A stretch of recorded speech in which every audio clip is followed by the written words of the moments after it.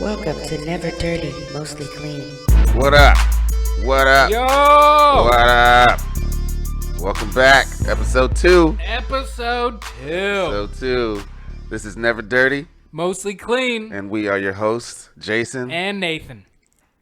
All right. There is so much going on right now. Dude, it is hot. We got stuff hot off the Our presses. nation is popcorn. Man, it is going down busting today. right Wednesday, now. for some reason, this Wednesday is like, it's it, man. It's I'm going really down today. glad we're recording right now. Yeah. Because It's we have the plenty of perfect time. topics. Yes, a lot of We'll stuff have is to fresh. cut it off. We're going to have to. So, the notes are in cursive here. So, I don't know how to read cursive anymore. It's a lost Cursive art. is It's like dead. Sanskrit. Dead. It's like most people are Latin. Yeah, man. It's I mean, and I'm just gonna start it off. It's this coronavirus has become a problem. Okay, It's become a problem. Just last week, we talked about we talked a whole bunch of crap. Really, Right. we did. Yeah. And I still believe a lot of it. But when Tom Hanks and Rita Wilson are stuck in another country, I mean, stuck with COVID-19. yes, Your heroes are getting Woody is Forrest. down. Forrest couldn't run from this one. Yeah. He has it. So they're stuck in Australia. Run, Just like Forrest! an Oh wait, you don't have the lung capacity anymore. Him and his wife are stuck in Australia with COVID-19. They are separated, quarantined until health officials give them the follow-up instructions what to do next. So I mean, Man, I mean, like I said last week, it's I think it's somewhere else, until it starts hitting home. Here's somewhere else. Rudy Gobert from Jazz. Rudy Gobert. Utah He's Jazz. French. Oh, It's French. Gobert, sorry. Yeah. I'm white. I don't know how to roll R's or Gobert. anything like that. Yeah. Jazz center test positive. Positive. And the thing about that, the interesting thing about it is how they announced it. So they were about minutes before tip off, and they were just like, yeah, we need y'all to go. Yeah, need everyone to ESPN go. states NBA is closed down till Shutting it further notice. Down. Not no fans, no games. Because I think it's because there's a player that got it. You know what I mean? So now it's like, so now it's gonna be in the locker rooms, and so not only do we have to worry about the fans, we got to worry about the players. And man, I mean that's a really big deal. That's a big deal. All the teams that have played them in the last, I think it's 5 days or something, are on at-home 10-day quarantine until further notice as well. See, and that's why Their once they entire found team out- is locked up on quarantine. Yeah, they wouldn't let the players leave the locker room. Yeah. It's crazy, dog. Like it is here, man. Wash your hands. Wash your hands, please. Like this is serious. Yeah. This is serious. And I don't know. If you're a nail biter, stop that shit. Stop. Stop. And it's the little things. Like I realize, like I'm a as I feel like when I greet someone, I'm shake their hand. And it's like I realize how much contact I end up having with people when when I greet people or whatnot. And it's like just those little things, like putting your hands on your face, rubbing your eyes. Because I have allergies, so I like rubbing my eyes and thinking like, oh man, I gotta stop doing that. So I mean, the NBA being shut down. Yeah. When I heard that tonight, I went, damn. And then Jason tells me about Tom Hanks and Rita Wilson, and I was like, okay, it's real now. Because, we all personally know celebrities, Right. Yeah. I mean, they're our friends. Yeah. We know them. We've seen them so many times. You hear something like that, and you're like, what's going to happen to his movies? Right. Yeah. So I mean, it's I guess it's inevitable. Everyone's saying it's inevitable, And my wife, she was having some. Nathan is over here like a cat, slapping at flies. But my wife was, she was reading about what's going on in Italy and, the hospitals there and. They're in absolute crisis over there, dude. Like, I mean, they shut the country down. Like, do not leave your home. You stay in your home. I mean, to do that, I was reading this article. I don't remember what the article was, but to hear what the prime minister, president, what he said was, we have no time left. Like, there is no oh, we need to prepare. There is no time left. Like, we need to do this now. Wow. Or people, and they don't have enough resources to be able to house all these ill people, and so what happens and now the doctors and nurses that are working so hard, now they're getting it. Or past that, let's say somehow we get a whole bunch of gigantic tents that are set up, big V-neck tents everywhere, blocking off parking lots and putting up chain link fences and all this. Where's that medicine coming from? Right. Who's making it? Where's it coming from? I know where some of it comes from. Not from the United States. Not from the United States. And guess what? Probably we where are it started. shut down. Yeah. Yeah. So, I mean, and no one is flying back into the United States for 30 days. Donald Trump just announced, President Trump just announced that no one outside, we're not accepting any flights from Europe for the next 30 days. So, my question, so for the people that are out there, so I forgot I was talking to someone, but they were like, oh, I have a friend that's in Italy. They're stuck out there. They're there for their honeymoon, and they're locked in this hotel. They can't really go anywhere. Well, hopefully they married right, because they're there for a while now. And now they can't come back at all. They were like, they had to, pretty much max out their credit cards to be able to stay there for this 2 weeks. At first it was 2 weeks. Now they're gonna stay there for 30 days. So what are these people gonna do? These people that like these Americans that are stuck there. Yeah. They're going to be, you got to figure out how you're going to live for a month out of country just off of credit cards or whatever money you have. Yeah, 4 days worth of clothes. Right? So it's serious, man. Like, and has the United States done enough to kind of, stop this in its tracks? I think that we're trying to. Mm-hmm. We don't want to get to, where Italy is. Iran is very similar. My wife is, she was born in Iran, and it had having a very similar situation out there. So, have we done enough to stop this and stop us, from getting to that point? It's yet to be seen. I hope so. Elk Grove, which is up near us, just south of Sacramento, about shut down their schools. 15 miles from here. Yeah. Right. Yeah, they shut down their schools, and I guess much to the chagrin of parents, of course, because they're like, what am I going to do with my kids now? I got to go to work. Yeah. I got to sit there. I got these kids at the house, and now somebody has to be home with them, so somebody's not going to be able to work, so that's lost wages. So do you think that we're going to hit the point where it just shuts down? Stores close, your work ceases to exist. There's no one to even do the work to, because people aren't showing up. People aren't showing up. Like, flights are empty now. Yeah. I think it's already starting.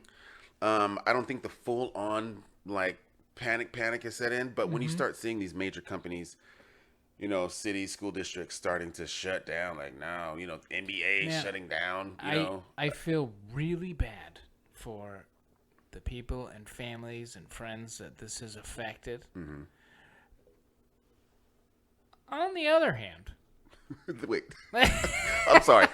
Please go on. On the other hand, I'd personally and selfishly, I'd love a little vacation. That's all. like a dirt vacation. Yeah. Like a forever vacation, or like a vacation. Oh no, I mean not like a dead one. Okay. No, I just mean from. Whoa! Way to blow it out of proportion again. Are we gonna do this dance again? Where you take my words and I just mean I'm at home. Okay, all right, I see. I get to stay home alive. Yeah, I see, and I yes, I can understand that. But I what it really comes down to is how long can you do that? How long can you survive being under this, scare of, yep, you can't work for 30 days. So I guarantee you my utilities going to need their money in 30 days. My mortgage is going to need to be paid in 30 days. So that after like the first couple days, saying. It's like, oh, this is great. I'm just hanging out, I get to hang out, blah, blah. And then it's like, okay, these bills start coming in. They gotta want their money. Mm-hmm. So, I just think that that's when it start. Like, I think that's when Americans get scared, son. When you start hitting Americans in their pocket, then that's when they start getting scared. Yeah. You know, and especially these big companies and everything. Like, and I think that's where we're at. You know, like the panic is starting to say, like, the NBA shuts down, and I can imagine being those people at that game. You know, and the announcer comes on, it's like, we appreciate everyone coming out tonight, but unfortunately, due to some unforeseen circumstances, because they didn't tell anyone. They didn't say what it was. They were like, we need y'all to get out of here. Like, we need y'all to go. And then, you know, people are kind of leaving. And with the climate that already was, you know, with this coronavirus and people expecting some kind of decision. Right. You know, it's like, oh, like, it's in here. So, you know, so I'm glad people weren't panicking and trying to get out of there. But, you know, it's a big deal, man. It's a big deal. So I hope everyone out there is keeping clean. Wash your hands. Wash your little children's little grubby little paws. Still, they're carriers. You know, I feel like I'm preaching this, but don't sneeze in each other's faces. Yes. Don't try to catch coughs in your mouth from other people. Mouth. Don't catch it in your mouth. You know, if you're a nail biter, stop that shit. Stop digging in your nose. We see you in the car, son. Stop digging in the nose. Yeah. Act like and nobody sees you. Here's a side note. Let's go a little bit lighter here for a moment. Okay. But if you are a vehicle nose picker, then don't look around like you're ashamed of it, and then you make eye contact with me in my car, and then we both feel weird. Yeah, then you make me feel ashamed. Just do it. Keep going about your business. Yeah. Know that people are seeing you, and keep it moving. Yeah. You know, people do those things. People pop a booger in every once in a while. They don't pop them in. They pop them out, if anything. No, I mean, sometimes they pop them straight out and then straight in their mouth. Oh. Yeah. I've seen it. Man, when I was now that's some germs. Now that is how you get coronavirus. I was in college, man. We were driving down Wilshire. And in the Los Angeles area? In the greater Los Angeles area. Gotta shout out my UCLA Bruins. What up? UCLA Bruins. Let's go. And we're driving down the road, and there was this old man down. He must have been like in his 60s, you know, dressed up like he was some, you know, banker or something. And I mean, he was in his nose, dog. I mean, getting it. And so I, you know, nudged my buddy. I was like, yo, check out your boy over here. And he is, I mean, in there, like second knuckle deep, dog, like just digging. And then he like took it out, looked at it, like examined it, you know, and I mean, just went in, sound like, Doomf. And I was like, yo! I was like, honking the horn. Like, I was like, you are disgusting, Doug. I saw you. I saw you, Doug. And then he's like looking. He was like, what? Oh. And then he realized, like, what I was saying. We just drove off. So I was like, listen.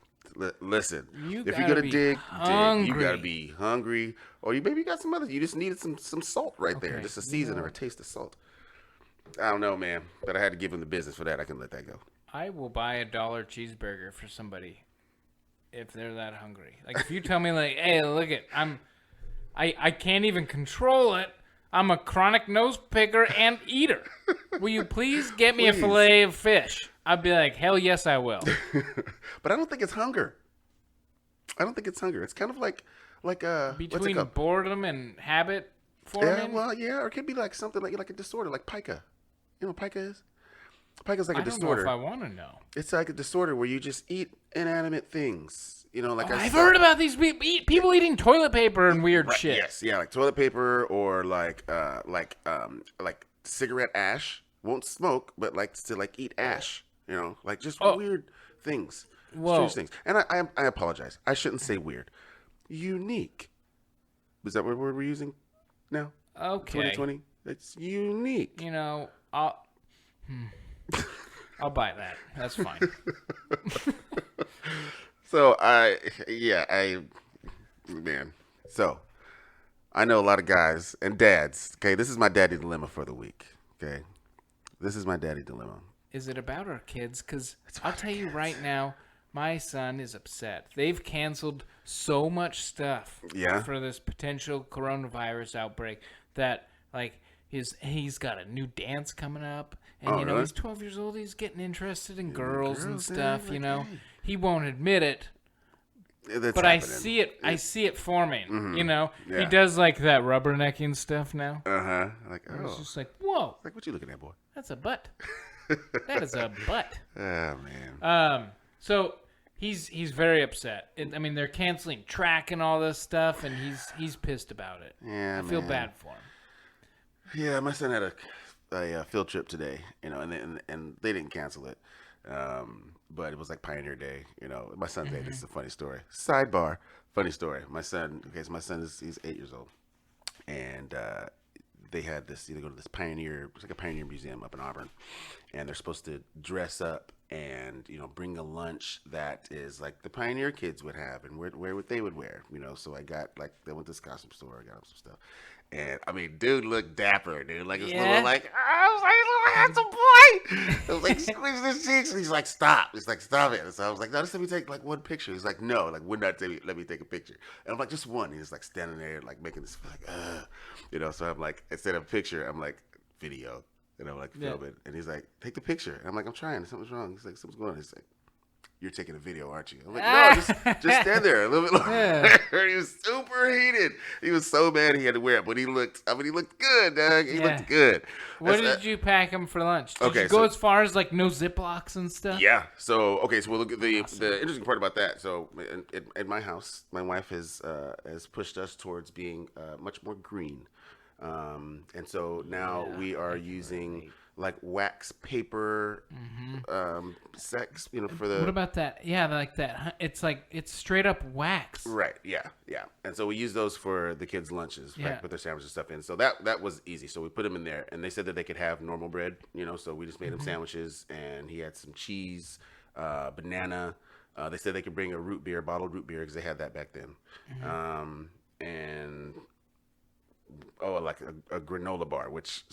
I thought that granola bars, they had granola bars back then, but apparently not. But he had a granola bar. He didn't get caught and, drawn and quartered at the museum. But yeah, he dressed up and they went I was like, bro, how was it? And he was like, it was 3 hours of work. I'm like, what do you mean 3 hours of work? He's like, man, we were churning butter, like making biscuits. He's like, we were milking goats and making cheese. And like, they had a milking seriously? Goats? That's awesome. I was like, man, that's pretty cool. It's not cool. It's like I was just working for hours, like 3 hours. I'm like, man, you need to work. You need to get your hands dirty, little boy. Yeah. Welcome before cell phones. Yes, but off the sidebar. All right, so I was talking to my wife, and this is a conversation we've had a couple times. Things happen on the schoolyard, with my son and with my daughter sometimes too. And I'm like, don't let nobody treat you like that. Don't let anybody talk to you like that. And I said, you make sure you stand up for yourself. You know what I mean? Like, you defend yourself every time. Every time. You will not be in trouble with mom and daddy at least daddy, if you're defending yourself. I tell Evan the same thing. If you swing second, you will never be in trouble with me. Right. I can't say about school, but. Right, exactly. So the things I was saying to them, my wife was like, it's not a prison yard. And she's like, it's like there's kids. And I'm like, but isn't it? I mean, in my recollection of when I was a kid, you got to set the tone. Yes. Or you will be that dude. You'll be that dude to get punked. Don't walk with your chin to your chest. I'm telling you. And everybody has their own crews. Yep, there's cliques. I mean, what's different about it? Yeah. I don't see anything different about it. And I think it's just like that primal thing. You know what I'm saying? Like, I think. It boils down to we become, kids are so innocent. They don't have this social norms that we have, so everything becomes primal. They're like dogs. They're like dogs. Little. They can play, but every once in a while they're. Yeah, I'm telling you, right? So it happens, but there's certain levels of person in a schoolyard, and there's certain levels, and you have to earn your place in the yard, in the hierarchy. Yeah. In the school totem pole, right, if you will. Right. And if you expect to get respect, you gotta, one, give respect, and two, you can't just get punked. Like, you can't just stand there and get punked. You can't. You have to let everyone see that you're not going to let that happen. And if it does, I can't go that far. You're like Rorschach. Let me ask you this. Do you remember when that broke in you? Or were you always like that? Did you always stick up for yourself? Or did you reach a point where you were like, I'm not taking any more from anyone? There were I think the first time was 6th grade, science camp, and they had us like, all the boys were like playing like table football or something. They had this table, so like they actually had a tournament for us. It's pretty fun. But this dude we were playing with, and the funny part is when I first got there, this kid was like my friend. Like we were really cool, really close and everything. And then we go to science camp. We're playing this game, and I don't know if I beat him. I don't know what happened. And he got mad, stood up, yada yada yada yada, nigger. And so I was like, no, because everyone was standing around. I was like, no. So I didn't even stand up. I just, from across the table, just and threw one into his solar plexus, like just pushed his stomach. He's like, like kind of pulled up in the chair. But that was just a reaction. I just wasn't gonna let that happen. It wasn't something where I had to stand up and speak or anything. I was just like, I can't let that go. You know what I'm saying? Like, you just disrespect me for no reason. And I think it was just the betrayal part of it too. You know what I'm saying? Like, we were cool. You gonna drop the N-bomb on me? But there were times when I had to, like my first fight in junior high. Like, I can't say my first fight in junior high. I almost got another fight, but two other fights, but they didn't happen. But the first actual fight that I actually got in junior high, in the locker room after PE, these dudes are running around, messing around, whatever they're doing, and I'm standing there with like benches in front of the locker, and dude comes by, and they bumped me. I don't know, because I had my shirt over my head. So all I know is I have my shirt over my head, I'm taking my shirt off, and then I fly over the seat, bang, bang in the locker room and fall down. And I didn't know who it was, so I took my shirt off, and I was heated, right? So I stand up, and I'm like, yo, who was that? And it was just two guys. I saw them running around, so I figured it was one of them. And the dude was like, turned around, he was like, what's up? That was me. So I was like, and I was like, dude, you touch me again, it's going to be problems. And so he didn't think I was going to try and stand up to him. And he's like, all right, Holmes, we're going to fight after school. I was like, all right, whatever. So I kind of forgot about it. And I in the moment, I was ready, but after I calmed down, I was like, oh, man, I don't want to get in a fight. I really don't want to fight that guy. I don't want to get in a fight. So like I'm in class. He chucked me. I'm in class, I'm thinking about it. I'm like, man, so it's like, am I supposed to just go out there like after school? Like, my bus is over there. I don't want to miss my bus. I'll get in trouble if I miss my bus. So I'm like, and then after class gets out, and people are like, yo, you going to fight Joe? And I'm like, I guess fine. So. I guess. So like, shuffle out to the field, and there's like people out there, like waiting, expecting this fight. And so, we go out there and we fight, he's punching at me, I'm blocking, and I fall over my backpack, and then he's like punching me, and I just throw like this haymaker, and caught him, wow, hit him right in the eye, and then like he just like grabbed his face, and then kind of like stopped fighting, and so I was like, all right, I guess that's it. So I just picked up my backpack, and I almost made it to the bus. I almost made it all the way to the bus. But my PE teacher, Mr. Crumrine. Those of y'all remember from Clement Junior High, Mr. Crumrine. And he's just like, I'm walking. I'm walking. When I hit him, my thumb was kind of jacked up. So I'm like walking, and I'm like looking at my thumb. And Coach Crumrine comes out and he's like, hey, Stevens. He's like, did you just get in a fight? And I was like, yeah. And he goes, come in my office. I was like, almost made it to the bus. The bus was Why'd like, you have to write yourself out? You're like, no, I got a hangnail. I'll see you tomorrow, Coach. Yeah, bye. Line makes it worse. I was like, I man, I almost made it. But as a dad, you know what I mean? Like, I've had these experiences, and that's what my wife's telling me. She's like, they're not you. They didn't grow up where you did. They didn't have the same experience you did. Like, they're young. And honestly, where we live, they probably won't, but on some level they will. Like, it's not going to be the same as me, but on some level they will. At some point in their young life, they will understand what you're trying to portray to them. Right. I hope they don't have to, and I hope it's nothing they have to physically, but they're going to be prepared if they do. Yeah. They're going to be prepared. And then of course, on top of that, like the race thing, for me, growing up as a black kid in the suburbs, it's hard growing up a black kid in the suburbs because, you see most of my friends were, I saw every day were white. There was a few Mexicans. And my two black homeboys that I hung out with almost all the time.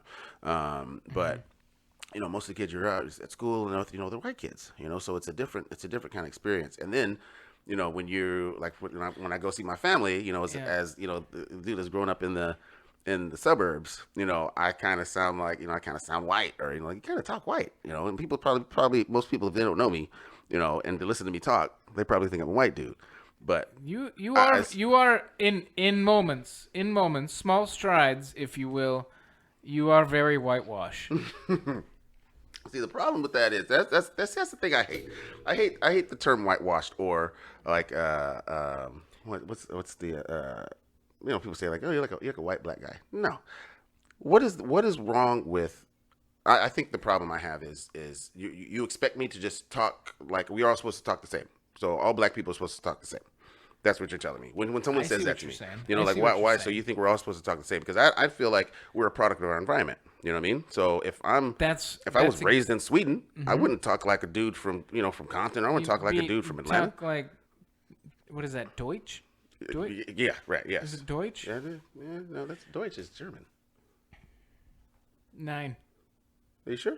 I don't know. I'm pretty sure it's German. All right, we sound pretty stupid right now. Moving on. Okay, so whitewash is offensive. It's not. It's dumb to me. It's a dumb comment. It's a dumb comment in that you are basically you're trying to comment on how I speak, but what you're doing is you are just clumping all black people in one kind of circle. All black people are supposed to talk this way. Why do you talk like these people? What are you talking about? That's where I grew up here, and that's just where people talk. How people talk here. Am I supposed to just always talk like I'm from the hood, even when I'm not from the hood? And like, why? Like that's stupid. Like I care about the English language. I'm articulate. It doesn't mean that I'm white or I'm whitewashed. You know what I mean? Yeah. I see what you mean. Yeah. So. Well, I apologize for my comment. No need to apologize. That's how you feel. Now I know how you actually feel, Nathan. Well, just a moment before that, you were saying how the environment was very white. Well, the environment and you I had grew up was a very couple of black homeboys. I got a couple of black as homeboys. you so well put. You put them in a category, and white people. How did I put my homeboys in a category? Because I call them my homeboys? Because they were my homeboys. They were my homeboys.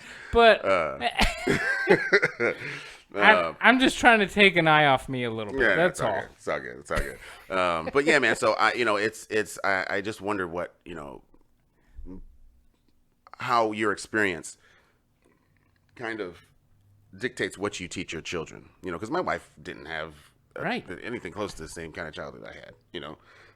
And she's a female, so she doesn't understand the same kind of, territorial kind of how the schoolyard is, especially for boys. She's not going to understand that.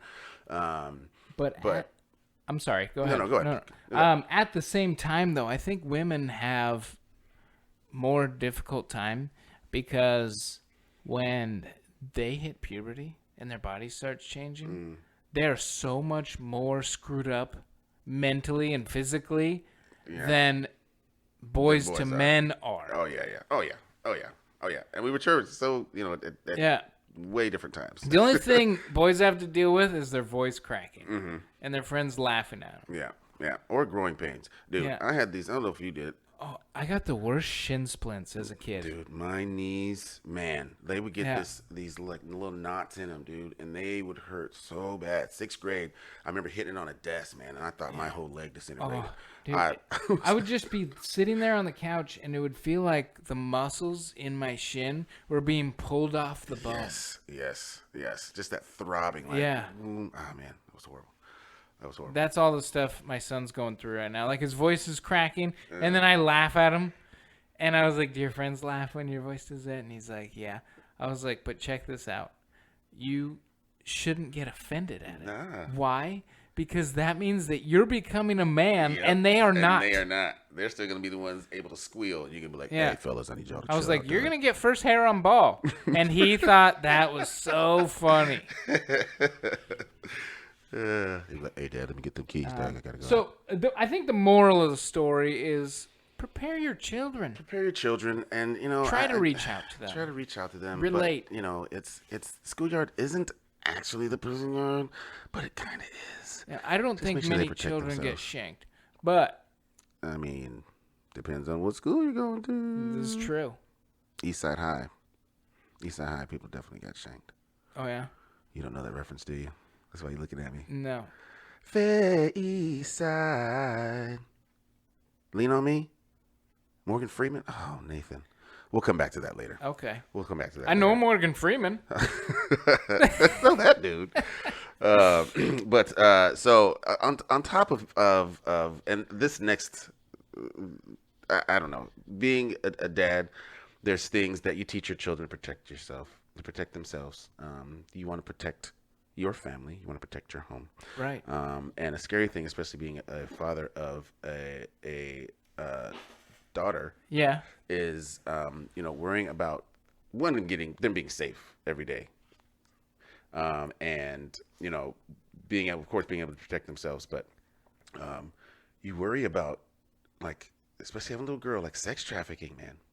Like sex trafficking is, that's real. It's like it's here, man. It's not something like, oh, it's a 2020 episode. Like, no, this is everywhere. This is everywhere, and it's like this dark kind of subculture. Well, the problem is that when it happens, unless the people doing it get caught, we don't know till this day what happened to those women. Right. And they're just gone. They're just gone. And so I have a friend who had an experience where she was at the local Target, and kind of later on in the evening, and this couple kind of came up to her, and first started complimenting her on her bag and whatnot, and we're kind of just being just strange, like striking a weird conversation at a weird time, like late in the Target, like, why are you trying to strike up a conversation with someone? Trying to steal my shit. That's my first thought. Yeah. Is like, but I'm also one of those people, and for the most part, my wife picks up on stuff like that too. So even if she doesn't pick up on it, she'll pick up on my mood real quick, and then she'll change with me. Right. But we are unapproachable. I mean, there's nothing wrong with being unapproachable. My wife sometimes says that I'm a little bit too, like, open and, hey, what's going on, guys? Like, hey, what are we doing? Hey, nice to meet you. I agree, dude. But that's just how I am, man. Like, I know. It's like being like hanging out. Like, hey, what's up? You are friendly to a fault. I'm a friendly guy. Somebody say friendly to a fault. I'm a friendly guy. Man, jeez. So if you see me on the streets, wave at me. Say hi. Smile. Be a jerk. Hey, guys. Hey, how are you? How's your day going? Good? That's good. I give you high fives for the coronavirus. How about a hug?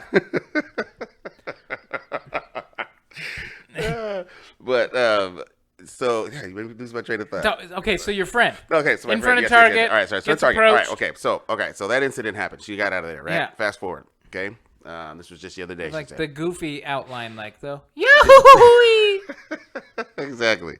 All right, so she's in Sprouts, in the same kind of corridor as Target, in terms of shops and stores. She's in Sprouts, and the way Sprouts is laid out, when you walk in, you can kind of see the whole store. It's not a big store, so you can kind of see they have, all the way to the back. 4 to 5 foot high shelves everywhere. Yeah. Right. And so she comes in, and she looks in. She realizes that she's one of like maybe 2 people in there. Okay. So as she's shopping, she realizes that this couple has come in and is now in her aisle and is approaching her. She looks, and they start talking to her, and she's like, "Oh, you look so familiar." Oh, no way. Why do you look so familiar? Like in her head, like this guy's talking to her. No way. And they're like asking her, "Where do you work? What do you do? What do you want to have?" This is what we said, because my question was, I was like, it could be one of 2 things, and I think there's only 2 options. Only 2 options. I was already thinking the same. There's only 2 options. Only 2 options. One. You pick one, I'll pick the other. Okay. Let's see where we're at. Okay, because this has happened to me when we were working at Lowe's. This has happened to me. Okay. It's a pyramid scheme. It's someone coming to approach you about some business opportunity that can help you make more money. And all you need to do is we can meet and have coffee, or you can come, we can have tea or something, and we can talk about ways that, you just seem like you're really outgoing, and, you're a people person, and I just feel like, I have an opportunity. Like, one way or another, they're taking advantage. They're taking advantage of you. It's to be like, those things have been pyramid schemes every time I hear them. But to me, it was either that or some kind of I'm going to prey on you and make money, or honestly, the taking advantage one, that all runs into kidnapping and sex trafficking and all that. To me, that's the same category. Okay, it's just how far is this person going to take it, and how far am I going to let it happen? Right. The other option is swingers. That did not even No? cross my mind. That did not even Maybe cross they're my mind. actually that friendly to a fault, like, Huh. like, It didn't even cross my mind. like, I'm guessing that one of them tried to diffuse the situation once she got uncomfortable. Of course. The Okay, female. okay, here we Yes, go. that's exactly what she said. She's like, well, then they was getting uncomfortable, and then the girl was like kind of on my side. It was really weird. Yeah, see? And I was like, okay, here we go. So, either way, it's weird and it's crazy because that same couple, the exact same she couple, recognized and she them recognized, and I was like, were they, once she did was they have like a approached. service or like a product that they were offering? Did he have a card? He was like, no, like they didn't vagina say, hey, penis service. yeah, they were like, here, let me get your number, blah blah blah, or blah blah. And so she's like, first thing I did was call my boyfriend, and while I'm on the phone with him, leaving to make sure that I'm on the phone with someone while I'm leaving the store, and and she's like, I wanted to, get their, wait till they come out and get their license plate and everything. But she's like, her now boyfriend was like, you're no, dancing get out with the of there. devil at that Yeah, point. yeah, exactly. Yeah, get the hell out of there. Right. So, it's frightening. And again, having a young daughter, I mean, baby girl can handle herself, but she's 6 years old. You know what I mean? Yeah. So, I worry about The future. yeah, man, and because I mean, kids are just disappearing. Kids are just disappearing. Oh my goodness gracious! I'm sorry, something just popped in my head, and a friend of From mine. someone's grandmother. Oh my goodness gracious! Listen, Oh. I try not to curse. Dag blasted is a word that I use daily. Okay, so all right. So I was at bridge. I was playing canasta with Margaret. Okay, so a friend of mine had a crazy scare today, man, and we haven't talked about this. I haven't even mentioned this to you. A friend of mine had a crazy scare today, and he is he's renovating a house for him and his family. He has a young family. Okay. Son is 8, daughter is 5, about to be 5. And behind their home, they have like this creek. Probably about a couple hundred feet from their home, there's like this creek, and I guess he had come home from work. The wife had already been home, and he's starting to do dinner, and the kids were outside playing, and dinner was ready. So they go, okay, look at the kids. Well, they go out to the creek, and they can't find the kids, and they don't know where the kids are. And so they're like freaking out. They're starting to scream their names. First they're calling their names, and they're screaming their names. Starting to freak out, calling the cops. They're crying, praying, praying. Trying to find the kids. So now the neighbors are aware because the cops are at their house and everything. The neighbors are aware, and they're back out in the forest trying to find everything, trying to see if they can figure out where they are. And he's like, I'm just waiting for that phone call of we found your kids. And we found their bodies, you know what I mean? Right. And so he's like, I got a couple phone calls, and then I finally got. He's like, I just, I had to, tell my brother-in-law, and it was like just hard conversation to have. And he's like, I got this other phone call. He's like, I didn't want to answer it. He's like, but I answered it, and it was a neighbor, kind of not even really a neighbor, someone from down the road who called and was like, we have your kids, and he was like, the first thing he asked, are they alive? And he's like, yeah, they're fine. And so, they all get in the car and rush over there, and the kids are there in their garage, and they had wandered down. They went wandering down the creek and kind of got lost, and didn't know where to go, and kind of just kept walking, and Wow. yeah. And then they saw the road, and they saw the driveway, and they went up to the house. They said they heard dogs barking and went to knock, but the lady had just pulled up in the driveway and saw them, and luckily his son had the phone number. How old are these kids? 8 and 5. Wow. Like my kids are 8 and 6, so yeah. This hit home. Yeah, man. And I'm reading it, and I'm like, oh no. I'm like, no. This is one of my good buddies from St. Louis, and man, just reading that story, dude, gave me like anxiety. I totally forgot to bring it up to you earlier, man. But wow, dude, they were fine. They were okay. But I remember scary, man. I was in 5th grade, and I mean, when we were young, it didn't matter. You just take off. You get home from school, you take off. You go on your bike, go on your skateboard, whatever it is. And my neighborhood was full of families that I knew. Okay. Like, we'd have block parties and stuff all the time. Right. It ended up getting me into a lot of trouble because people knew what I was up to all the time as I got older. But when I was young, I'm skateboarding down, and I see a couple kids I know playing in a garage. So I go in the garage. Garage gets closed. We're playing a game. Meanwhile, my mom is freaking out. Dude. Because she only has to walk down to the corner and she can see all 4 streets that lead to the house, you know? And, like, that's where I had to be, right. you know? And, you know, she's screaming for me, finally calls the cops, and I come out of the garage because I hear whoop, whoop, whoop, whoop, whoop, whoop, you know? And there she is talking to the police department, and she was hysterical. Oh, I know she was heated. Yeah. Oh, I was in trouble. Yeah. So it you know, it's really just gotta, as long as you're teaching your kids correctly. Yeah.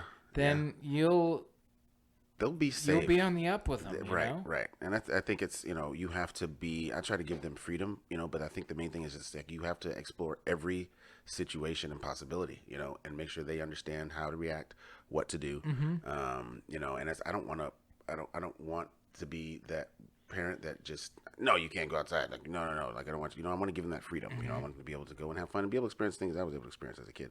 But when that question arises, they have to know to fight or flight. You know. Right. Yep. They gotta know to fight or flight. And you know, I that's what I tell them. I said, if someone's trying to take you or kidnap you, you scream and you fight and you punch and you scratch and you do anything possible. And I mean, my daughter's always like, Daddy, can I hit them in their piece? And I'm like, yes.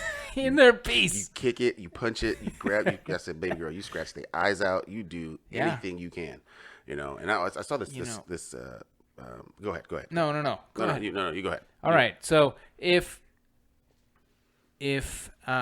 you're one of those parents that you're like, I don't want to believe that this would happen, or you know, whatever it is, if you're too concerned or afraid to teach your son or daughter like how to defend themselves, it's honestly better for them to know than to not know. Right. It's like if you teach your kids to be responsible with it and understand that you use it in these situations, not in these situations. This is a weapon. Right, exactly. Then you're fine. But if you're just gonna let your kid, you know, turn into Johnny from Karate Kid. Yeah, you don't go. Let me. You're having trouble with him. Let me show you how to punch. Here, have a drink of beer. Let's go around taking boom boxes and kicking people in the stomach at the beach. My friend. You just got kicked in the nuts. Oh man. So all right. So one final thing we got to touch on this because you know we kind of touched on the sports thing, but this is something that you just put me onto, and you know when you told me I was kind of like, yeah, that sounds about right. And I guess that's a horrible thing to say when you hear what the story is, but okay, let's just go ahead, Nathan, go ahead. So, I read a couple of articles, and they both talk a little differently about it, but just today, Josie Harris, which is Floyd Mayweather's baby mama, they had 3 kids together. She was actually no, it wasn't today. It was It was last night at 9:30. Okay. She was found dead in her car. Now let's rewind the clock. Let's go back. It wasn't too many years back. Young Floyd was convicted of domestic abuse. That is correct. Now I'm not saying that he had anything to do with this, Right. but his story behind this domestic abuse was that she was on drugs and he was restraining her. Right. So it could go a lot of directions. We don't know what she's been up to. Right. It could be drugs. Could be drugs. It could be that she was involved with bad people. Could or be that. It could be, I don't want to say the latter.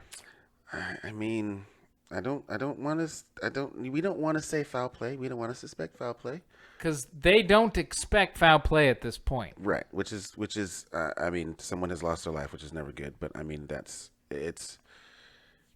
I hope that it's nothing nefarious. It's like this. Once you're a cheater, you're marked always a cheater. Once you're an abuser, you're always an abuser. Mm-hmm. And you can't shake that. So for him, it's a bad look. Yeah. It's a bad look. It doesn't look good. At the very least, it doesn't look good. Yeah, it's a bad look. So that is, man, that's a big deal, man. I mean, especially, again, given the history and especially between them two and how public it was, you know, for her to wind up dead. And I'm not, I'm going to put this out there. I'm not at all saying that, you know, I don't think that he did it. I don't think that he did it. I don't or had anything to do with it. I really hope that that's true. But I personally don't think that. But you know, I pray for their kids, man. I pray for their kids. I guess the kids are going to go to him. I don't know how the custody thing is working. If he has his kids or not. Or if she was remarried or what. I didn't. Right. Yeah. I just read it and was like, whoa. Yeah, man. That's yeah, that sucks, man. I'm sad. Yeah, I feel bad for those 3 kids. Yeah. I pray the best for them. Hope they, you know, they're able to bounce and regroup from something like this. But yeah, man, that sucks. So we'll see. We'll keep our ear to the streets. See how that works out. But closing, please. Take care of your kids. Take care of your family. Wash your hands. Wash your filthy, stinking hands. Yes. Stop digging in your nose and eating it. Please be clean. Please. I'm so proud of you for calling that guy, like, honking someone else's horn and being like, dude, what are you doing? What are you doing, sir? You, sir, are disgusting. You, sir. Yeah, well, this episode ended up being a lot heavier than the last. It did. But it's all right. It's all right. Yeah. It's all right. We crest, we trough. We'll surprise you sometimes. We will. We appreciate y'all coming out. Again, please keep listening. We got more content to come. So show your love and support, and we will do the exact same thing in return tenfold. Right. Like, share, follow, subscribe. We appreciate you. We'll see y'all next week. Peace. Peace. Never dirty, mostly clean.